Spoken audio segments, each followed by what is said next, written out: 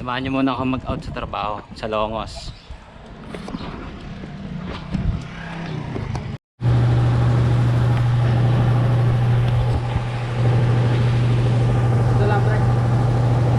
Nagpangin muna ako ng gulong. Kaya pala yung takbo kanina parang ang kunat, parang ang bigat. Yung pala, malambot pala yung hulihan natin na gulong. Ayun, okay na. Magaan na eh.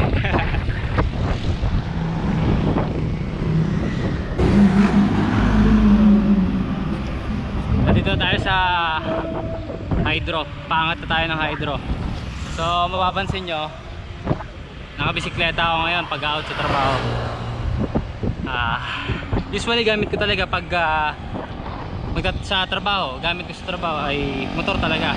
Ayun yung ginagamit kong service. So naisip ko, since dumating yung ilaw natin from Rock Bros, di ba? Ite-testing ko siya. So medyo aabutin ako ng dilim.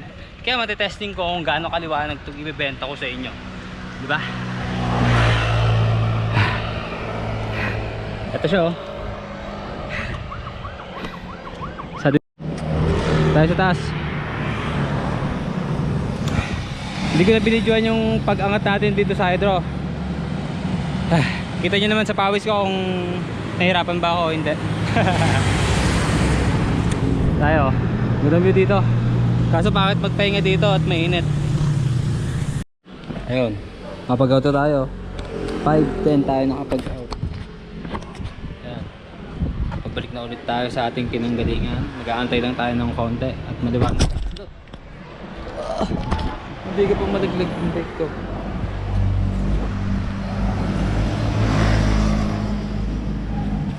Tignan tayo konti dito.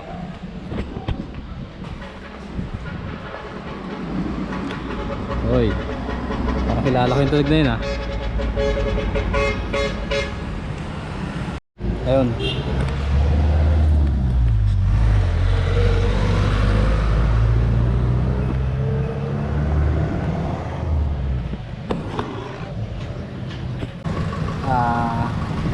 Parehas sila ng brand. Yung taillight ko saka yung front light. Mga 540 tayo sumibat dito para medyo madilim na talaga pag angat. So ayan, nag-bounce na tayo. Balik na tayo. Bali doon na tayo sa may taas ng hydro magpapadilim. Siguro makakaangat naman tayo na medyo maliwanag pa.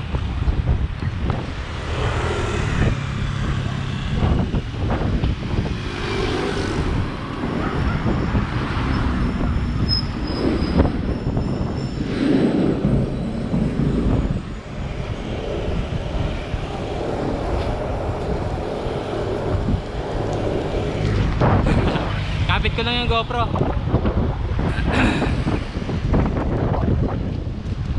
Gawa ng yung chest mount natin ay hindi natin mahagilap sa bahay. So kapit. Manual lang camera natin ngayon.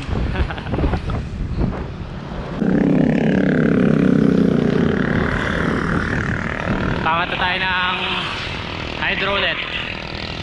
So doon lang, tignan nyo na lang.